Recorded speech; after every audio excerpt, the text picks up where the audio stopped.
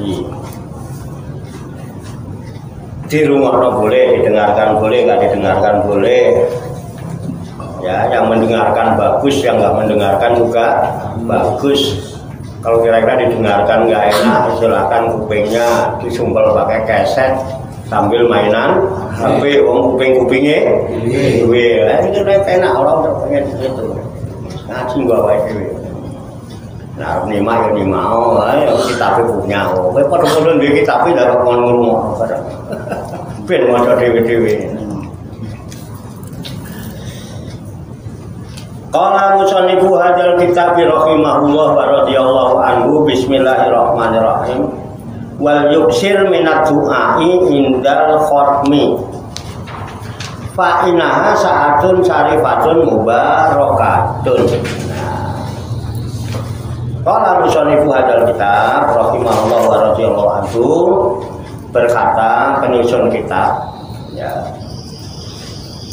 rahimahullah wa radhiyallahu anhu, wal yuksir minad du'ai, dan hendaklah memperbanyak doa.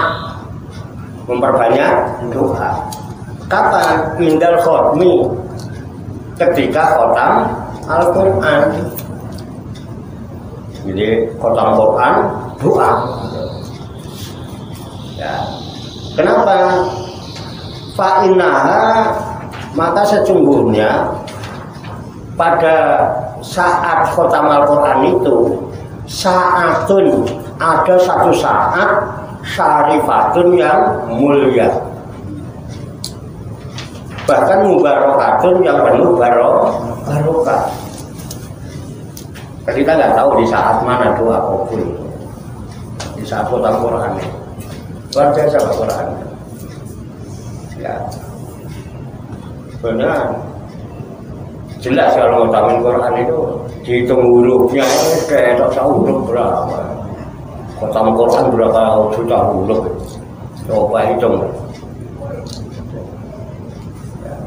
Banyak Pak. Daripada baca-baca yang lain kan, pahalanya berapa satu huruf kan nggak ada keterangannya. Kalau Al-Quran satu huruf minimal 10. Itu kalau dibaca nggak pakai wudu. Kalau bacanya pakai wudu 25. Kalau dibacanya waktu sholat sambil duduk 50. Kalau bacanya waktu sholat sambil berdiri 100 huruf. Nah, kan tambah berkah. Makanya habis itu doa. Nah, wa minal mawatini, dan termasuk ya,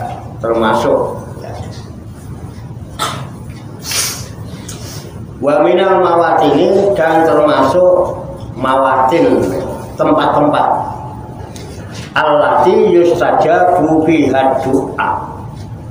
Jadi pada saat khotam Quran itu dinyatakan termasuk salah satu tempat mustajabnya doa itu ketika itu. Jadi ada makom mustajabah doa, ada waktal mustajabah doa, ada waktu mustajabnya doa, ada tempat mustajabnya doa, tempat-tempat. Ada salah satunya pada saat khotam majlis yang digunakan untuk khotaman Al-Quran. Itu wa tanazzalur rahmah, dan tempat diturunkannya rahmat Allah itu pada saat khotam Quran. Alhamdulillah di sini khotaman Quran sudah, sekarang semaan, nanti sebentar lagi juga khotam. Ya, semaan nggak sampai surat Al-Imran. Itu enak. Kalau semaan itu bacaannya lebih terkontrol daripada khotaman. Ya, khotaman bareng-bareng kan kita nggak bisa nyimak. Tapi kalau semaan terkontrol satu per satu, itu lebih utama. Nggak bisa dipahami ya, itu keutamaannya berdoa setelah khotam Al-Quran. Qala Imam Nawawi rahimahullah, dan Imam Nawawi rahimahullah Beliau berkata, jadi qala Imam Nawawi rahimahullah, berkata Imam Nawawi rahimahullah, apa kata beliau? Wayam bagi ayakuna aksaru du'ai indal khotmi fi sholati umuril muslimin. Beliau katakan wayam bagi, dan sepantasnya, seyogyanya, gitu ya, semestinya ayakuna, bahwa harus ada aksaru doa ini, sebanyak-banyak doa. Doa siapa? Ya, si qari'il Quran, doa orang-orang yang mengkhatamkan Quran itu. Ya, indal khotmi, ketika dia khatam Al-Quran, dengan doa fi sholahi umuril muslimin, dalam kemaslahatan urusan kaum muslimin. Doakan kemaslahatan kepada saudara-saudara kita. Jangan berdoa hanya untuk diri sendiri, jangan berdoa hanya untuk kelompok sendiri.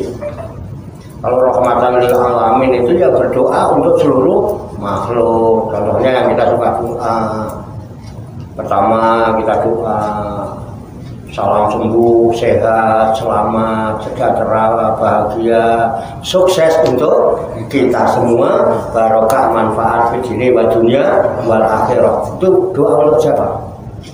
Untuk kita semua. Yang lain belum.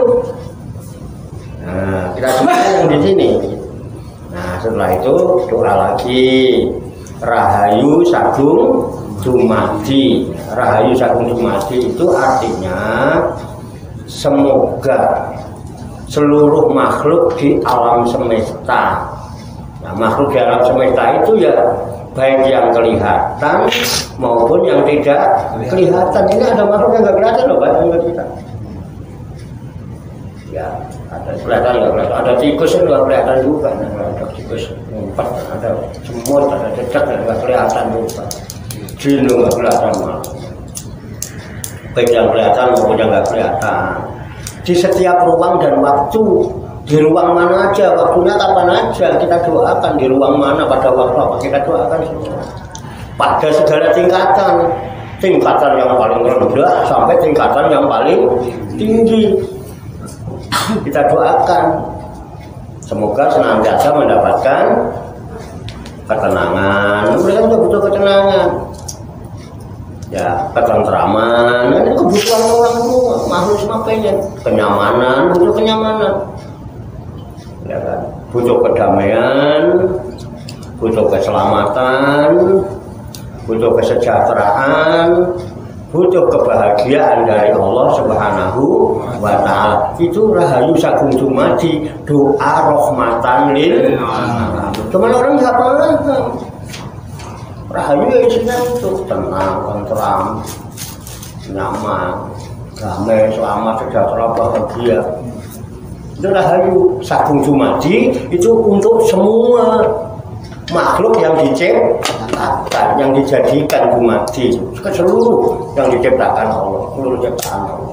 Itu namanya rahmatan lil alamin. Ya, itu makanya kalau khatam Quran jangan doa untuk sendiri dan kelompok sendiri, semuanya didoakan. Enak, nggak bisa bahasa Arab ya bahasa Indonesia, bahasa Jawa, bahasa nggak apa-apa. Allah kita itu maha mengetahui. Bahasa apapun tahu, yang bukan Allah itu aja. Bahkan Allah itu dia sudah tahu sebelum kita ngasih tahu. Iya, udah. Itu kalau paham enak. Nah ya, jadi begitu. Itu urusan semua. Doakan semua. Ya, jangan bosan-bosan doain itu. Nggak usah bawa kepentingan macam-macam. Ya, kita doa nggak harus orang tahu kita doakan apa tidak. Doain aja tiap hari, kan doain aja Pak. Nunggu mati lagi doa. Ya, yang hidup didoakan, yang mati didoakan, yang sehat didoakan, yang sakit didoakan. Sakit di mana aja, ya di rumah sakit, ya di rumah, ya di mana, semua saudara kita. Doakan aja. Dan itu lebih bisa diharapkan. Ya kan? Kita mau nyembuhin ya ora iso. Betul nggak? Kita menyembuhkan yang sakit bisa? Enggak bisa. Kita menghidupin yang mati ya enggak bisa. Tapi kalau kita mendoakan setidak-tidaknya ada harap. Kita doanya kepada Allah. Itu loh. Kita begitu aja. Pena. Orang dianggap ya orang. Memang harus dianggap. Enggak perlu dianggap doa itu. Enggak usah. Kita doa-doa aja kepada semuanya. Enggak usah pelit tentang orang-orang. Ndungane wong lha nunggu mati. Mati yo ndungane ngono lha wis urip ndungane kan penak. Nah ini ada kesalahpahaman sebetulnya tentang kehidupan ya. Kehidupan ya karena orang nggak paham. Ya, padahal intinya kan semua butuh selamat. Pengen selamat ini gampang, intinya kan ini doa ya Pak, masalah doa. Orang kan mesti tahu apa yang terjadi ketika orang meninggal dunia setelah dikubur, apa kira-kira orang meninggal dunia setelah dikubur yang terjadi apa? Nah, ini diskusi ya, biar tahu hubungannya doa.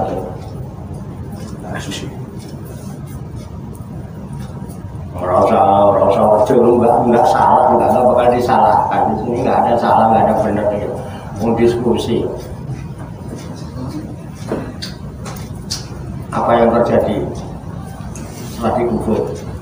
Jawabannya mesti pertanyaan. Apa hubungannya dengan pertanyaan? Kalau yang bisa jawab aman, yang nggak bisa jawab,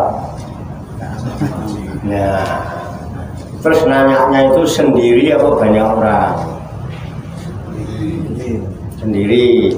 Nanyanya di kuburan. Tungguin aja terus, jadi nggak ditanya-tanya, aman. Katanya nunggu yang nguburin pulang. Supaya nggak didatengin karena akhirnya tungguin aja terus gitu. Ya, gimana Pak? Begitu nggak selama ini pemahamannya ya? Nah di sini orang-orang sebetulnya kan kalau kita berpikir kan malaikat munkar wa nakir itu datang untuk menanya ahli kubur. Itu pertanyaannya di mana? Di alam kubur. Apakah alam kubur itu kuburan? Bukan. Kuburan itu sekarang kalau malam terang dipakai pacaran sama anak muda. Iya enggak? Nah kalau munkar nakir datang ke kuburan, padahal munkar nakir datangnya nungguin kalau sudah sepi. Jadi nanyanya sendiri. Tungguin aja masang tenda di situ, nginep di situ kan, nggak sepi-sepi kan? Nah, ini disinilah kita mesti bisa membedakan mana kuburan, mana alam. Alam kubur ini alam kubur yang 1, 2, 3, 4, 5, 6. Ini alam kubur semua. Coba, sampai mandangnya jangan pakai ini. Coba jangan buka mata batinnya. Biasanya nggak usah gini-gini lah, nggak usah ekten. Kalau gini-gini di sini ekor aja lah. Ya, coba buka mata batinnya. Yang tampak ini kalau jangan pakai mata basir, pakai mata basir. Ini kan gundukan-gundukan tanah kan? Gundukan-gundukan tanah. Betul nggak? Betul. Dulu manusia diciptakan dari apa? Tanah. Jadi ini aslinya gundukan-gundukan tanah. Bisa begini, kenapa sekarang bisa begini? Karena ada ruh. Makanya ketika ruhnya sudah dicabut, yang tadinya gundukan tanah kembali menjadi gundukan tanah. Jadi ini apa ini? Ya sama lihatnya Pak. Gundukan tanah. Ngomong udah pedil kok doae kiai ustaz kok doae gundukan tanah Pak. Ya, oke sekarang saya bisa begini karena apa? Ada ruhnya. Ruhnya di dalam apa di luar? Dalam. Roh yang di dalam ini terkubur apa tidak? Terkubur. Terkubur oleh apa? Tanah. Gundukan tanah ini loh Pak. Dulu Nabi Adam itu waktu dibuat dari tanah, sebelum ditiupkan roh itu patung. Makanya ada malaikat namanya Azazil yang kemudian jadi iblis, suruh hormat itu nggak mau, ngapain gue suruh hormat sama patung. Tapi begitu dikasih roh kan jadi ada di dalam kan. Berarti roh kita ini terkubur apa tidak? Terkubur. Oleh apa? Jasad terbuat dari tanah. Nah ini dulu gundukan-gundukan tanah kuburan yang kelihatan ini. Ya, alam kubur. Jadi malaikat Munkar Nakir nanyanya di alam kubur apa di kuburan? Alam kubur. Alam kubur di mana? Sini. Ini kan. Terus nanyanya sendiri apa rame-rame? Ditanya masing-masing apa rame-rame? Masing-masing. Nah iya, sampean mau ditanya dari sekarang. Siapa pengiranmu? Kudu iso jawab sing bener. Nah, kalau nggak kenal, momen lo buka genderuwo. Wah, kacau. Baru buka, siapa baru? Allah Rabbi. Wah, jawabnya. Kira-kira iso jawab dulu. Nah, orang kenal. Orang mungkin ditanya, Aris, siapa gurumu? Cawarto. Kenal? Kenal. Coba nek kenal nggak jawab lebih. Oh, sudah. Nah, mesti salah. Jawab. Makanya dari sekarang ngaji supaya bisa ngerti. Itu loh. Makanya kita doakan terus. Nyampe, pasti nyampe. Wong alam kubur itu bukan kuburan. Ada di sekeliling kita, dekat dengan kita. Hanya beda dimensi. Kalau di alam kubur itu kan ada dimensinya, dimensi rohani. Kalau ini yang kelihatan ini dimensinya jasmani. Ini karena jasmani ini urusan dunia, alamnya mesti alam dunia. Tapi roh kita nggak pernah butuh sama dunia coba. Iya, nggak butuh. Makanya yang dibutuhkan doa. Kapan? Ya, masih hidup, masih doain aja. Doa. Makanya jangan bosan-bosan mendoakan. Jangan nggak usah malu-malu minta hidup. Jadi namanya doa doa hidup ini. Ini yang jadi kesalahan-kesalahan. Jadi kira-kira pengen nggak selamat di alam kubur? Nah, mesti kafe pengen. Kalau ada azab kubur, ada nikmat kubur. Gampang Pak sebetulnya kalau konsepnya. Saya dapat bocoran itu gampang. Kalau pengen selamat biar nggak ditanya, gampang. Boleh nggak saya mencontohkan? Boleh. Boleh ya? Boleh. Karena di Quran itu Allah juga memberikan pelajaran lewat contoh. Masaluhum kamasalil ladzi istaqoda naro, itu kan itu perumpamaan. Misal contoh itu ya, saya ngasih contoh nih. Kalau pengen tamat nih. Coba kalau sampean punya apa itu? HP ya? Nah, saya punya HP. Pinjamkan ke saya. Saya dipinjemin HP. Ini HP siapa? Aris. HP Aris ini dipinjamkan saya. Ya kan? HP saya bukan? Bukan. HP-nya siapa? Aris. Kalau ini saya pakai seminggu, sebulan, 2 bulan, ada nggak kemungkinan dipertanyakan? Ada. Tidak. Ada. Ada. Pasti ditanyakan. Nah, HP kunci. Betul enggak? Karena ini pinjaman. Nah, supaya saya bebas dari pertanyaan Aris, apa yang harus saya lakukan? Saya beli nggak bakal dapat, nggak butuh duit dia. Saya beli berapa itu nggak dikasih. Supaya saya aman, tidak ditanya sama Aris yang nggak diomelin misalnya. Kalau kelamaan kan pinjam nggak dipulang-pulangin, mana nggak? apalagi dipulangin pecah. Tanggung jawab gak? Wong pinjam. Jadi ini saya bagaimana caranya supaya saya aman, jangan ditanya sama Aris atau utusannya Aris belum tanya. Gimana caranya? Dijaga dirawat, diminta dijaga dirawat.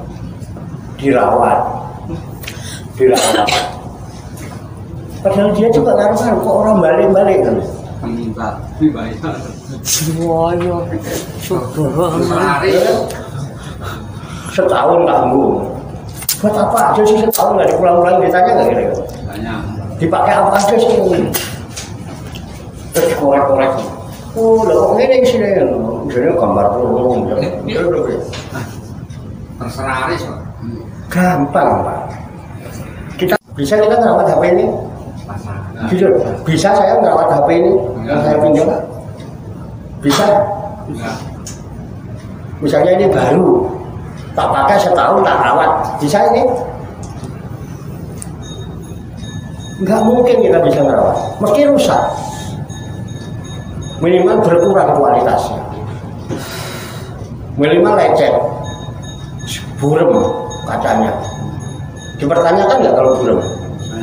Nah, maksud saya supaya saya bebas tidak dipertanyakan, yang enak bagaimana seharusnya solusinya? dikembalikan yang punya. Segera kembalikan Mas. Selesai. Selesai enggak? Selesai. Akan ditanya? Enggak. Diperhitungkan? Enggak. Enggak usah balik kok. Sudah saya kembalikan. Gampang loh betul. Gampang. Gampang loh betul. Gampang. Sotoy.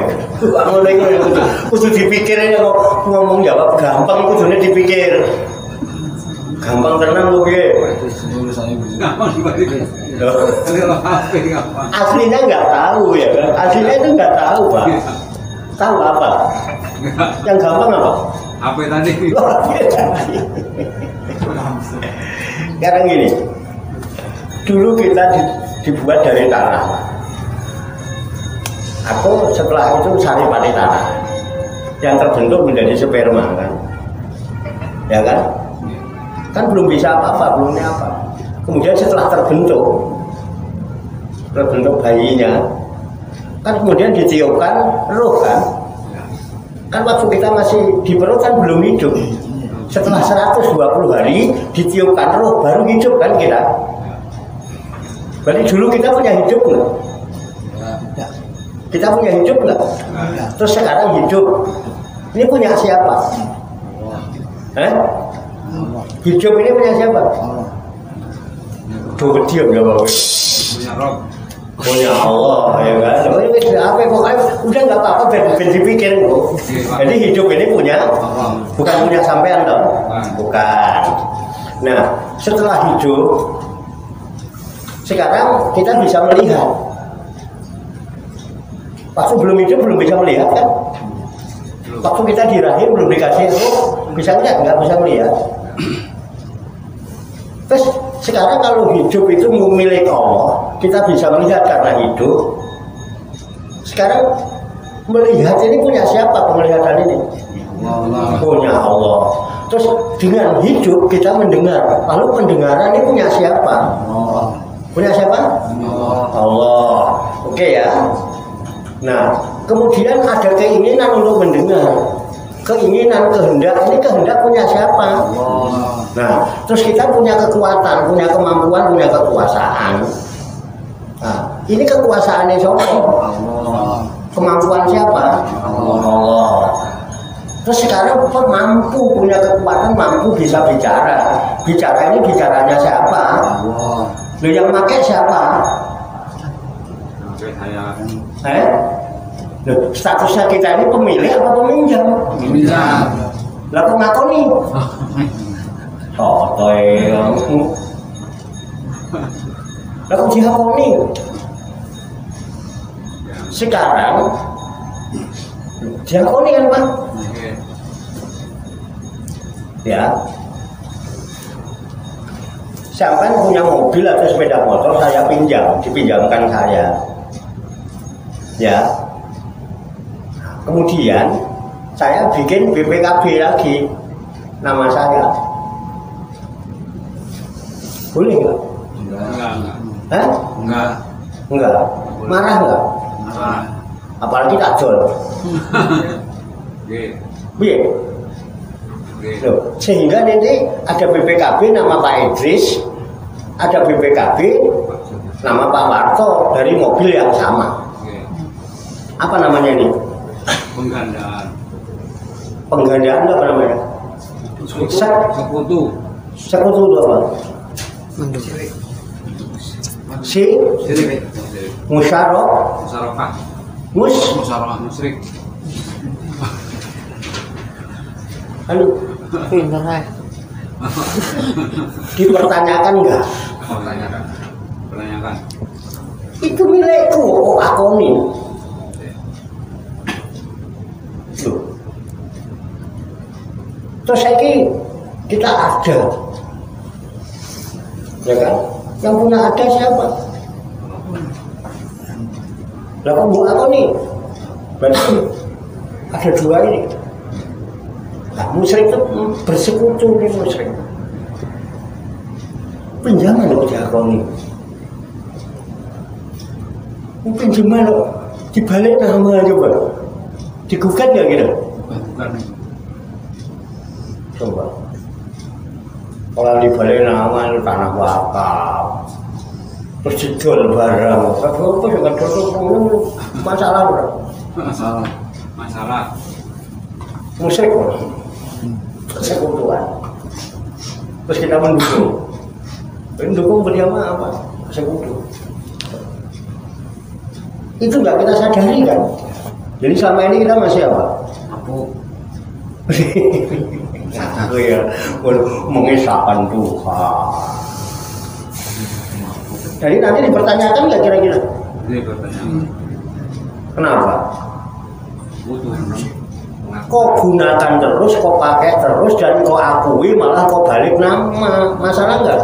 Masalah. Nanti kalau ditanya mau ikan akhir, orang dipertagi orang kalau ikan akhir.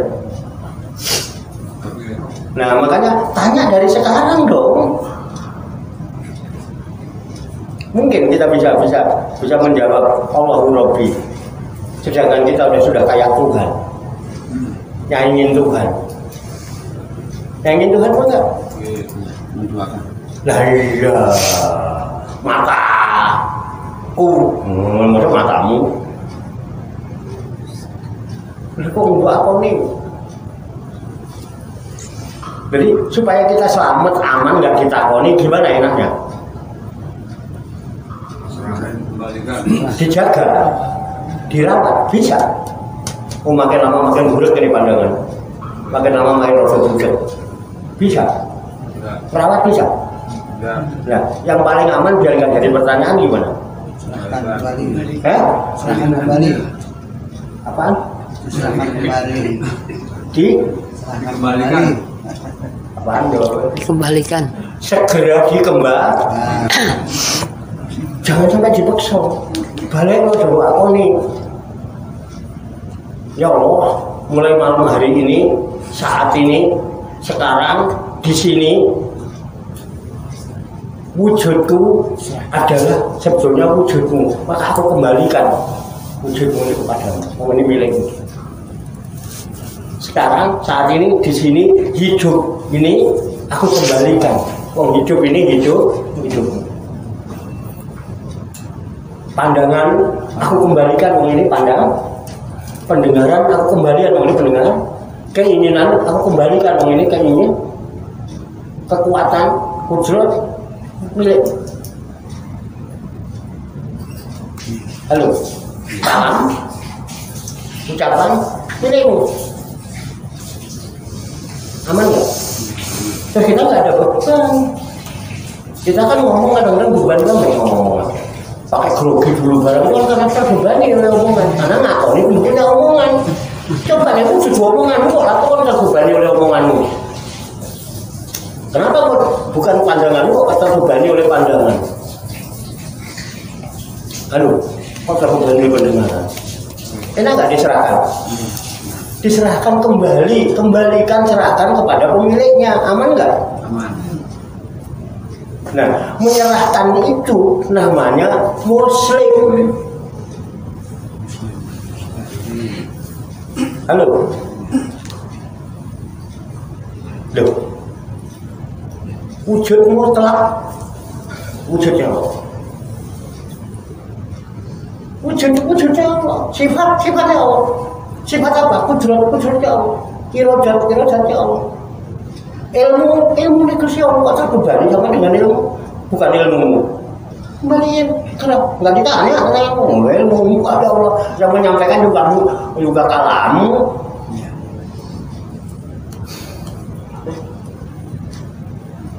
Kudrat, irodat, ilmu, hayat, hidup.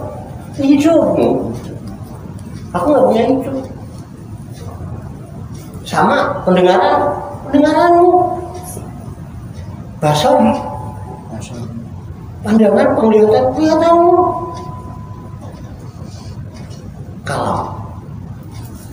kalammu ada 7. Ini kita akoni kabeh, mergo kita pakai kan ngakoni itu masalahnya dipertanyakan nanti barang pinjaman. Segera kembalikan, pulangkan kepada siapa pemiliknya. Wujud-wujudnya, itu sifat-sifatnya, bukan sifat kita. Pulangkan kemana? Ke rahmatullah. Dalam pelukan kasih sayangnya Allah. Nah, orang mati Pak, iya, kapan? Saat ini, di sini. Bisa? Wedi. Mati saat ini di sini mau gak selamat sama mereka mau serahkan semua, kembalikan semua karena ini namanya mati sajroning mutu qobla bisa diterima akal? Ayo siapa yang bilang nggak masuk akal? Ayo, jangan punya nyanyian tok lah. Allah wajal akidah maka amal khalafat alil khawadisi kilamuhu binafsi wahdaniyah kudrat iradat ilmu hayat sama basor kalam. Terus dipertegas lagi qadiron muridan aliman hayyan sami'an basiron mutakaliman. Wae sapa disilihno pengen selamat gak yang balekne wis lak rusak. Wala tamutuna illa wa antum muslimun. Jangan sampai kamu mati sebelum kamu serahkan semuanya itu kembalikan. Karena innalillahi wa inna ilaihi sesungguhnya kita semua kepunyaan Allah.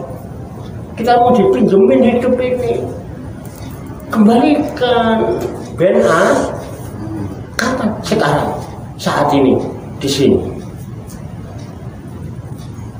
Nanti baca surat Al-Baqarah ayat 53 atau 54 kepada Al-Baqarah akhir 54 kalau salah. Baca. Oh itu. Hah? Kalau misalnya komite. Siapa yang baca siapa? Yang suaranya lantang siapa? Alhamdulillah. Enggak, ini kita diskusi ya. Sampai ya pusing. Ada yang bingung? Belum. Masih ada yang bingung? Ada. Ayat 54. Jangan ceng. Ada. Bingung nggak? 50. Enggak bingung kan?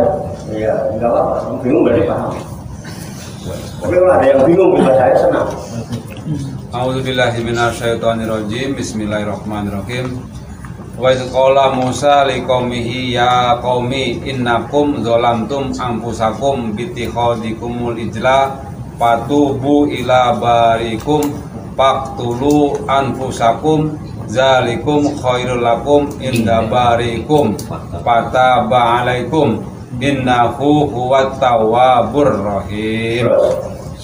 Shadaqallahul azim. Terus artinya wa qala Musa, dan tatkala berkata Nabi Musa, enggak usah satu-satu dan nanti malah bingung. Biasa aja. Dan ingatlah ketika Nabi Musa berkata kepada kaumnya, hai kaumku, sesungguhnya kamu telah menganiaya dirimu sendiri karena kamu telah menjadi anak lembu sesembahanmu. Maka bertobatlah kepada Tuhan yang menjadikan kamu dan bunuhlah dirimu. Hal itu adalah lebih baik bagimu di sisi Tuhan yang menjadikan kamu. Maka Allah akan menerima taubatmu. Sesungguhnya Dialah yang Maha menerima taubat lagi Maha penyayang. Nah, hikmah yang ada dalam ayat itu memerintahkan apa? Bunuh diri. Nah, bunuh diri apa gantung leher?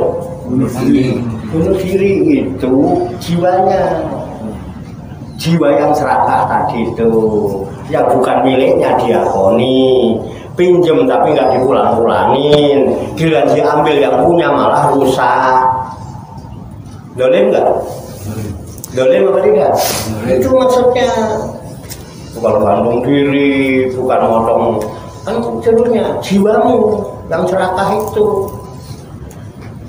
Makanya Nabi Musa berkata sama kaumnya, wa id qala Musa li qaumihi, dan ingat ketika Nabi Musa berkata kepada kaumnya, ya qaumi, wahai kaumku, innakum dzalamtum anfusakum, sesungguhnya kalian itu telah mendolimi diri kalian sendiri. Dengan cara apa?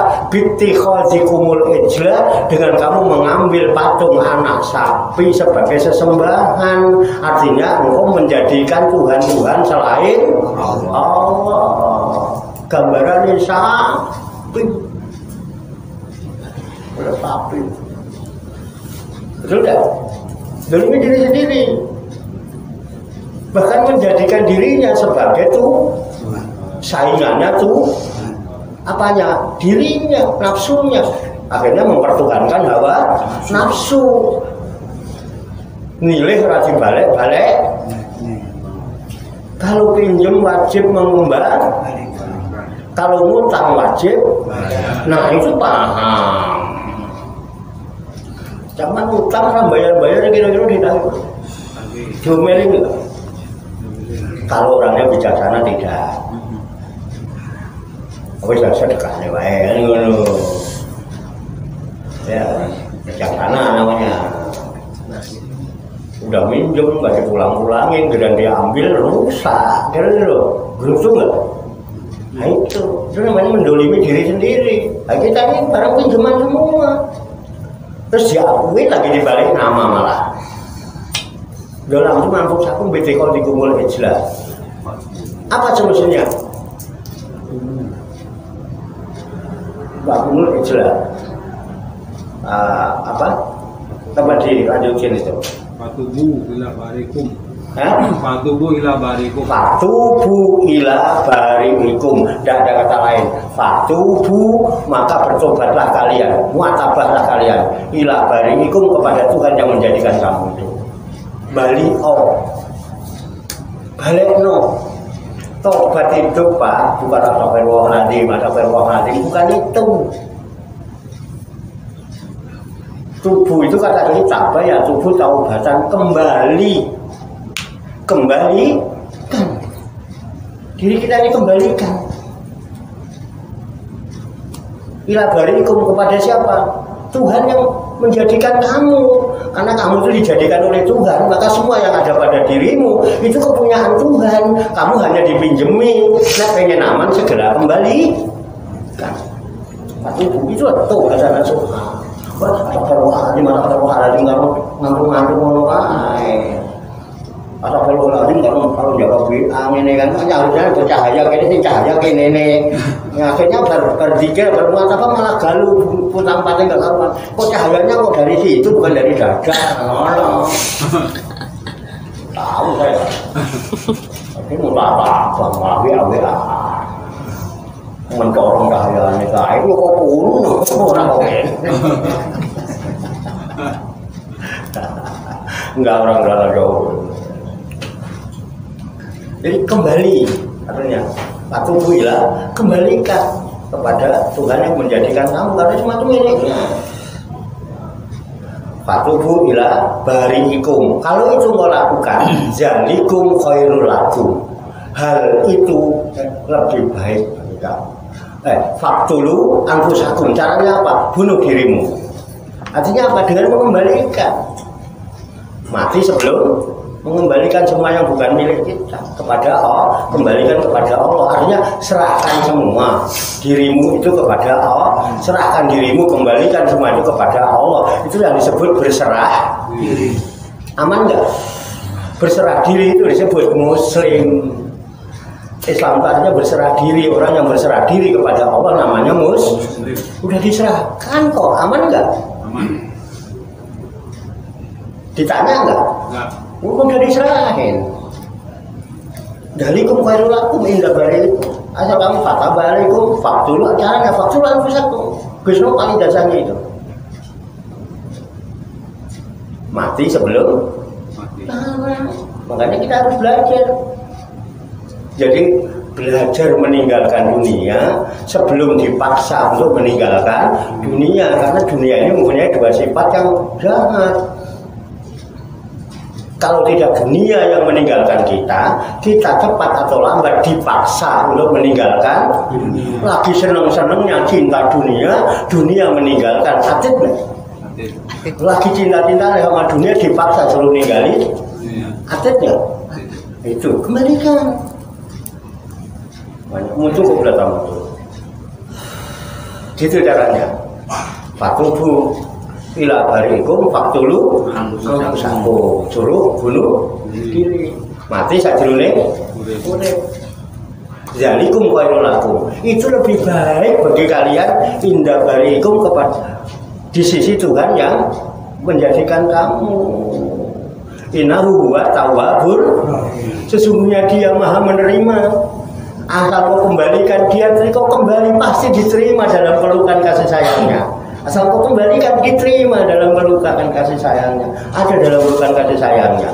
Diberikan jalan keluar, gapuranya terbuka lebar. Di situ ada jalan keluar, makhrajan, dan di situ ada kemakmuran. Karena apa? Ada kasih sayang, rahmat, barokah. Makanya orang khatam Quran itu mulia dan barokah. Kenapa? Itu adalah kalamnya. Halo. Makanya disebut Al-Quranul bacaan yang mulia. Tapi jangan lupa ada Al-Quranul Azim, ayat yang kauniyah yang ada pada diri. Namanya Al-Quranul Azim, Quran besar yang harus dibaca juga. Ya. Jadi Al-Quranul Karim kita jadikan petunjuk supaya kita bisa membaca Al-Quranul Hakim yang ada di alam semesta, dan dari situ kita bisa nengok ke dalam untuk membaca Al-Quranul Azim. Disebut ayat kau. Asik nggak? Berkah nggak? Makmur nggak? Alhamdulillah. Gitu kira-kira Pak. Bisa dipahami nggak ya? Pengen apa ya? Mau nanya Pak, ada yang nanya jelas. Masalah tadi, masalah pinjam meminjam dan utang mengutangi. Iya. Ini Pak Kiai. Misalnya kita sebagai orang tua, terus kita meninggal, tapi sebelum membayar utang itu kita meninggal, terus padahal kita punya warisan misalnya. Kalau anaknya itu nggak mau membayar, apakah anaknya juga berdosa Pak? Kan ada kasus yang begitu. Udah. Yang utang orang tua meninggal. Ya, utang. Terus anaknya itu seandainya dia nggak mau bayar utang orang tuanya, apakah anaknya itu juga ikut berdosa? Sedangkan orang tua dia masih ninggal warisan.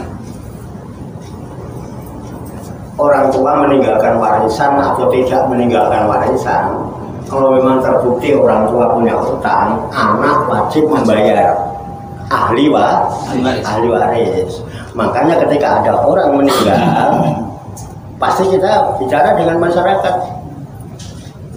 Bapak Ibu hadirin sekalian, ya apabila almarhum atau almarhumah ada urusan dengan Bapak Ibu sekalian, baik berupa pinjaman, meminjam berupa barang atau sendok atau piring yang belum dikembalikan, atau utang piutang yang belum terbayar harap diselesaikan kepada ahli warisnya. Karena apa? Rasulullah saja tidak mau menyolatkan jenazah yang masih punya utang yang belum ada yang nanggung.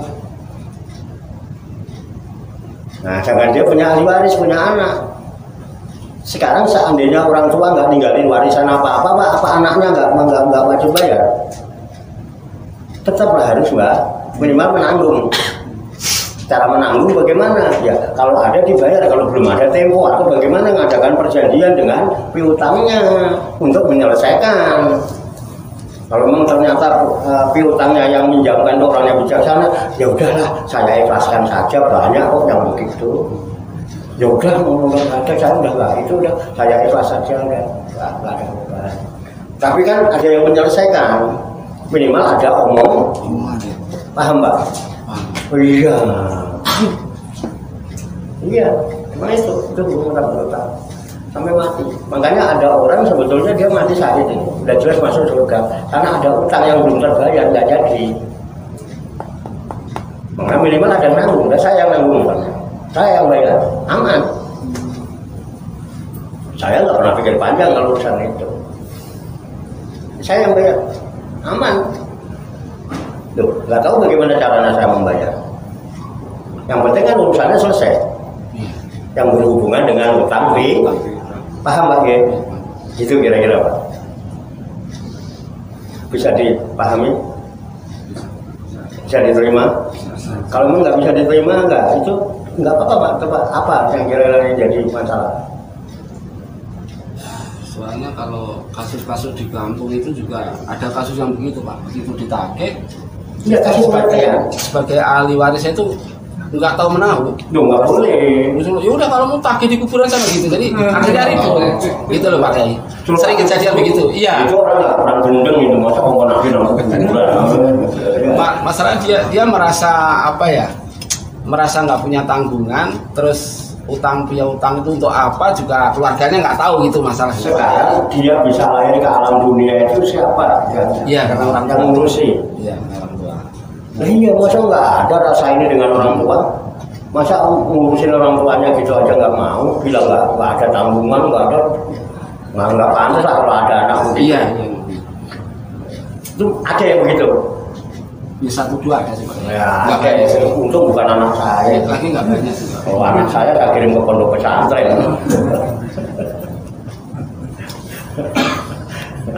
Ya gitu ya Pak ya. Oke, ada lagi ya? Enggak apa-apa Pak, boleh. Kita diskusi kok, Tabarukan kan sudah kita baca kitab sudah punya jadi referensi. Apalagi cekar, sudah ya. Ya intinya begitu. Mudah-mudahan kita termasuk orang yang aman. Ya kan, aman, nyaman, nggak ada pertanyaan. Kalau nggak ada pertanyaan, pasti nggak ada kisah kan Pak? Nggak ada kisah kan? Karena apa? Kalau nggak ditanya kan berarti udah nggak ada yang dipertanyakan, sudah dikembang. Terus kira-kira dihisap nggak? Kenapa? Udah semua selesai urusannya. Jadi serahkan semua kan udah nggak punya apa-apa. Yang dihisap itu kan yang masih ngaku punya apa-apa. Nah kalau udah nggak punya apa-apa, yang dihisap apa? Makanya wala tamutunna illa wa antum muslimun. Enak baik. Wes lah. Wah, pertanda sih. Paham ya? Nah, mudah-mudahan Allah Subhanahu wa taala senantiasa memberikan bimbingan, taufik, hidayah dan inayahnya kepada kita sekalian, memberikan kekuatan lahir dan batin, mampu mengamalkan dalam kehidupan kita sehari-hari, sehingga kita digolongkan oleh Allah Subhanahu wa taala sebagai hamba-hamba Allah yang muslimin, mukminin, muhsinin dan muttaqin yang selamat, sejahtera, bahagia di dunia dan di akhirat. Amin ya rabbal alamin. Allahumma sholli wa sallim wa barik ala sayyidina Muhammadin wa ala alihi wa sahbihi ajma'in bi rahmatika ya arhamar rahimin. Allahumma rabbana ighfir lana dzunubana wa walidina wa li auladina wa li masyayikhina wa li ikhwanina wa li jironina wa li asatidina wa li talamidina wa li talamidatina wa li jami'il mu'minina wal mu'minat wal muslimina wal muslimat al-ahya'i minhum wal amwat wa tabi' bainana wa bainahum bil khairati rabbik rahmah anta khairur rahimin wa la haula wa la quwwata illa billahil aliyyil azim. Allahumma rabbana inna nas'aluka ilman nafi'an wa amalan mutaqabbalan wa du'aan mustajabah wa rizqan halalan thayyiban wa syan fid dunya wal akhirati ya arhamar rahimin. Allahumma rabbana la tuzigh qulubana ba'da idh hadaytana wa hab lana min ladunka rahmah innaka antal wahhab. Allahumma rabbana amanna bima anzalta wa tabi'na rasula faktubna ma'asy syahidin. Allahumma rabbana atina fid dunya hasanah wa fil akhirati hasanah wa qina adzabannar. Wa sallallahu wasallama ala sayyidina wa maulana Muhammadin wa ala alihi washabbihi ajmain. Wa akhiru da'wana anil hamdulillahi rabbil alamin. Taqabbalallahu minni wa minkum wa taqabbal ya karim. Demikian banyak kekurangannya, banyak kesalahannya, saya mohon maaf. Wassalamualaikum warahmatullahi wabarakatuh. Sallu ala Nabi Muhammad. Allahumma salli wa sallim wa barik alaihi wa ala alihi sallallahu alaihi wasallam. Sallallahu ala Muhammad sallallahu alaihi wasallam. Sallallahu ala Muhammad sallallahu alaihi wasallam. Sallallahu ala Muhammad ya Rabbi. Allahumma shalli wa sallim.